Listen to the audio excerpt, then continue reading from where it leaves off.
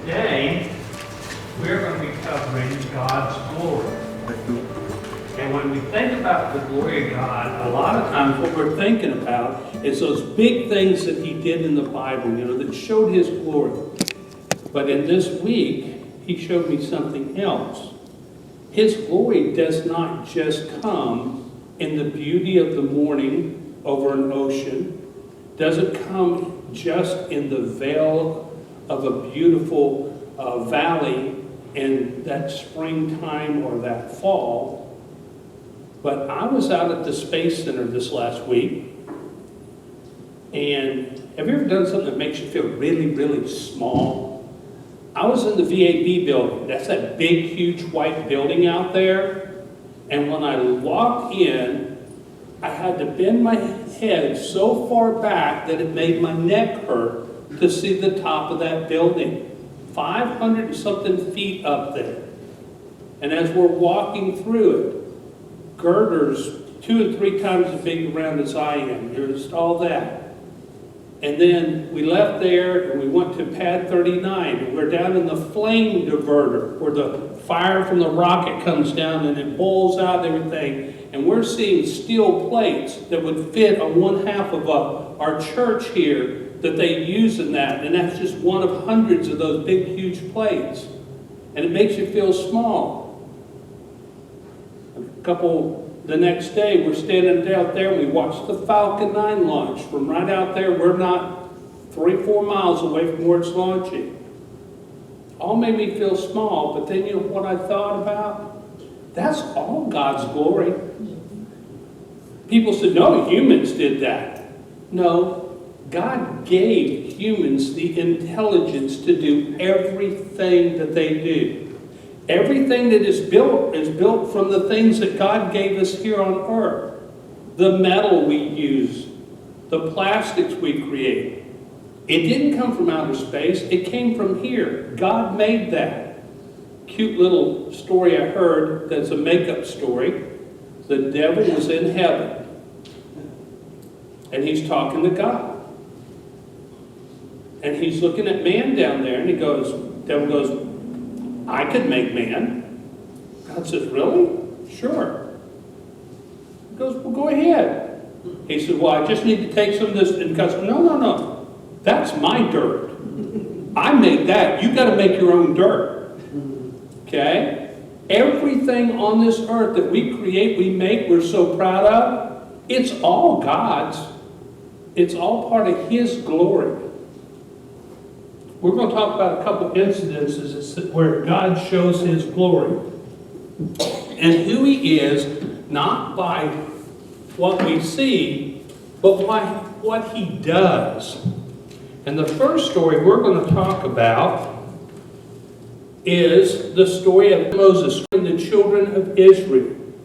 And we're going to look at the glory of God in this incident that He showed.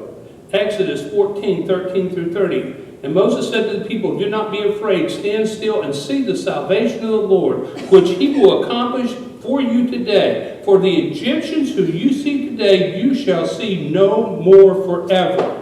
The Lord will fight for you, and you will hold your peace.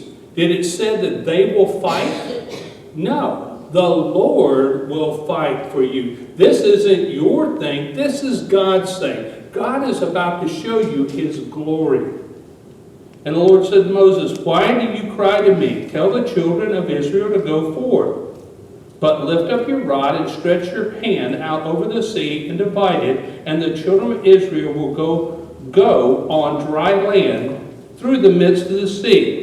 Notice He didn't say they'd be trudging through the mud of the bottom of the ocean. They're going to be going through on dry land.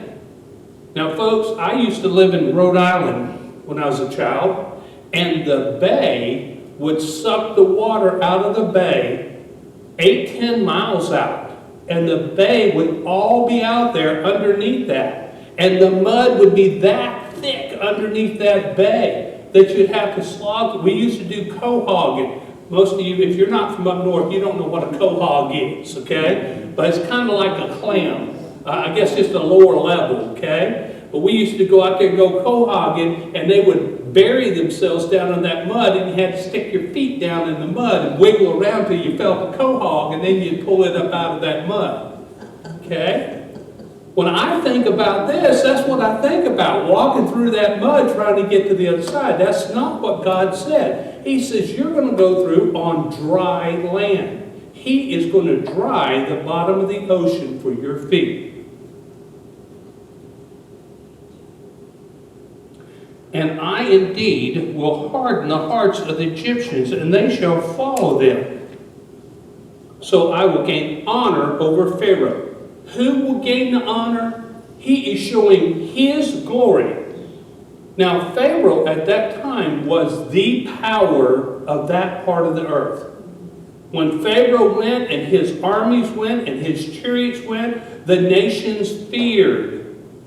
God says, watch this. I'm going to take the strongest army in the world, and I am going to have my way, and I'm going to show my glory through it. So I will gain my honor over Pharaoh and over his armies, his chariots, his horsemen. Then the Egyptians shall know that I am the Lord, when I have gained honor for myself over Pharaoh and his chariot and his horsemen. And the angel of God, who went before the camp of Israel, moved and went behind them. And a pillar of cloud went from before them and stood behind them. So it came that between the camp of the Egyptians and the camp of Israel. Thus it was a cloud of darkness to one, and it gave light by night to the other. God showed his separation. This is Israel. I'm going to put a light here, and I am going to give them light to cross the ocean. And I am going to put you Egyptians in the darkness. What a better image of light and dark. Egyptians at that time being the darkness, and God's people to whom he gave the light. Then Moses stretched out his hand over the seas, and the Lord caused the sea to go back by a strong east wind all that night, and made the sea into dry land, and the waters were divided. So the children of Israel went up into the midst of the sea on the dry ground, and the waters were a wall to them on their right hand and on their left. And the Egyptians pursued and went after them into the midst of the sea, all Pharaoh's horses. No, it didn't say some of them. He said all of Pharaoh's horses and chariots and his horsemen. And it came to pass that in the morning watch that he took off their chariot wheels so that they drove them with difficulties. And the Egyptians said, let us flee from the face of Israel, for the Lord fights for them against the Egyptians. These Egyptians, who were as far from God as they could be, recognized the glory of God. They understood what was happening. We're fighting against God here. They wanted to flee, but it was too late. You know, sometimes we realize things when it's just too late. Then the Lord said to Moses, stretch out your hand over the sea, and the waters will come back upon the Egyptians, on the chariots, and on the horsemen. And Moses stretched out his hand over the sea. And when the morning appeared, the seas returned to its full depth, while the Egyptians were fleeing into it. So the Lord overthrew the Egyptians in the midst of the sea, and when the waters returned and covered the chariots, the horsemen, and all the army of Pharaoh that came into the sea after them. You know, I don't know about you, but if I watch God part the seas, and I'm seeing the Israelites go in there, I don't know if I would think it would be a good idea to go chasing after them. But you know, sometimes people's hearts get stubborn and cold, and they do things that a normal, thoughtful person just wouldn't do out of vindictiveness. People can be very vindictive. And usually it's to their own hurt.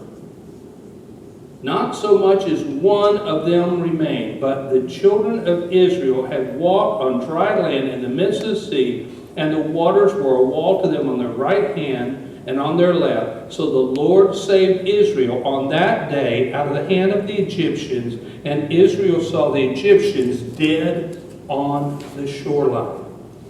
Thus, Israel saw the great work which the Lord had done in Egypt. So the people feared the Lord and believed the Lord and his servant, Moses. You know, sometimes when you see God's glory, you fear. Moses did. When he saw the burning bush and then God spoke to him out of the bush, he said it fell on his face. Recognizing God's glory sometimes is not always easy. Sometimes we just take it for granted, or we call it technology or something else. But God shows his glory in this earth all the time. Woman, you are set free from your ailment. God's is glorious. He's glorious not only in big things like the parting of the seas, but how about in the small things? We've heard some really good small things where God is showing his glory now. Luke 13, verse 10. Now, he was teaching in one of the synagogues, we're talking about Jesus, synagogues on the Sabbath, and behold, there was a woman who had the spirit of infirmity 18 years. She'd been sick for 18 years and was bent over and could in no ways rise herself up. Folks, I've had back problems, and I tell you what, sometimes you just get bent over and you can't stand back up. She'd been that way for 18 years. But when Jesus saw her, he called her to himself, saying, "Woman, you are loosed from your infirmities." That's the glory of God. That's what Jesus did at that moment. He said, "You are loosed," and she straightened up and she was fine again. God can show miracles. He can show his glory. But listen to what happened to the people around him when he did it. Because people want to nitpick everything. And he laid his hands on her, and immediately she was made straight and glorified God. Who glorified God? She did. But who? The rulers, the Pharisees. But the rulers of the synagogue answered with indignation because Jesus had healed on the Sabbath, and said to the crowd, "There are 6 days which men ought to work. Therefore come and be healed on them, and not on the Sabbath." And I love what Jesus said to this nitpicker. You know that person's always got something negative to say no matter what you do, no matter how great it is, no matter how wonderful it is. Here, Jesus just did a miracle, and he's got that nitpicker, you know, he's got to always say, "Yeah, but. Yeah, but." And the Lord answered to him, "Hypocrite.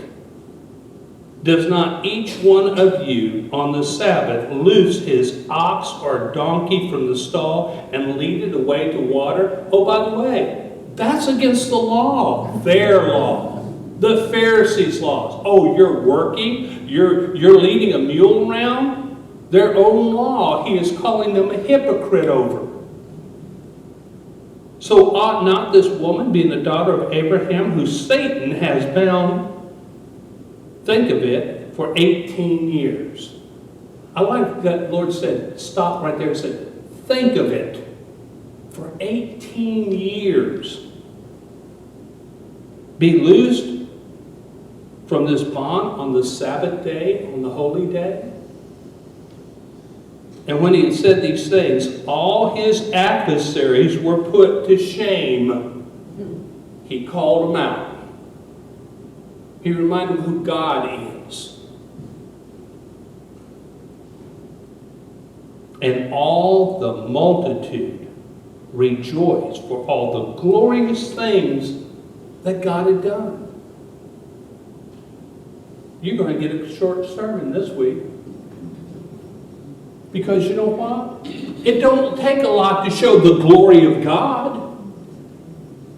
We don't have to build him up. We don't need big bulletin boards or anything else. He shows his own glory all the time. We might miss it. We might misunderstood it. We might call it a miracle of technology. But God is his work today in this world as he has. I heard a wonderful story about one of the people that were here who's gone through some really hard times here over the years. And God, we prayed months. Nancy, how long we've been praying for him? 6 months? 8 months? A long time. More like 9 or 10 months. We've been praying for him in his situation that this young man was in. And this week, he was adopted into a new family, has a stable home, doesn't have to worry about where he's going to sleep or what he's going to be able to eat. God hears prayers and he shows his glory. Amen. His glory. People want to say, oh, well, that was a product of... No, it's God behind everything. Just talking in Sunday school. God showing his glory. So this week I get a phone call from Senator Mayfield. Her office. Bill, the budget's been done, and the governor did not veto the money for your airplane. You say, well, what does that have to do with everything? Because everything that's happened at that hangar is because of the glory of God. It says in his scriptures, if he is behind something, if he's behind it, he will bless it. I have been blessed, and because God chose to bless me, my program at that school that serves these kids in an underserved population has been blessed. And let me show you his glory shining out. And 2 of my students started this week at Lockheed Martin on the satellite integration team and now have good jobs at the Space Center. Wow. That's God showing his glory over a program that came from nothing. We started in a locker room with a Connex box and an old airplane tied down around a fence in the parking lot 8 years ago. We're now in over $1 million hangar with $1 million airplanes. And new stuff flowing in all the time. And people stepping up and blessing us with donations of $10,000 or more. Why? Not because of what I've done. I haven't done anything but do what God tells me to do. And I don't do what he tells me not to do. And I try to show the love of God to these kids every day. Can't talk to them about church, can't talk to them about Jesus. It's a public school. But I can show them what a person who follows God looks like and what you're supposed to be doing and how you're supposed to act. And I ask God every day to don't let me falter in that. Because I am still prone to mess it up all the time. But God shows his glory. And sometimes we miss it because we say, oh, well, that was something done by the government. It's not that way. It's because of God. And it's because of his love for us. His love for this church. The things that happen at this church and at this school. It's God's love and him showing his glory.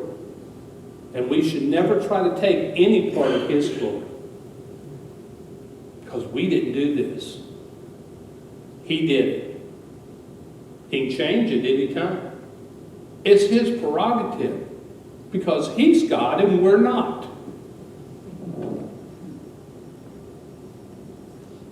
Live your life to please God. And keep your eyes open for when he does his glorious miracles around you. Don't give that credit to somebody else or some technology or some computer system or something else. God blesses who He wants to bless, and He doesn't bless who He doesn't want to bless. And we see that plainly in the Israelites going through that ocean and the Egyptians who never came out the other side. Father, thank you for everything that you've done this morning. Thank you for your blessings and how you show your glory every day. We're just so dull of hearing. And our eyes are so dull, and we're so used to seeing all these things that we don't recognize. When you do something, and we don't give you the glory for what you do and what you bless with. So we ask you, Father, to open our eyes, open our ears, open our hearts to when you are showing yourself in this world.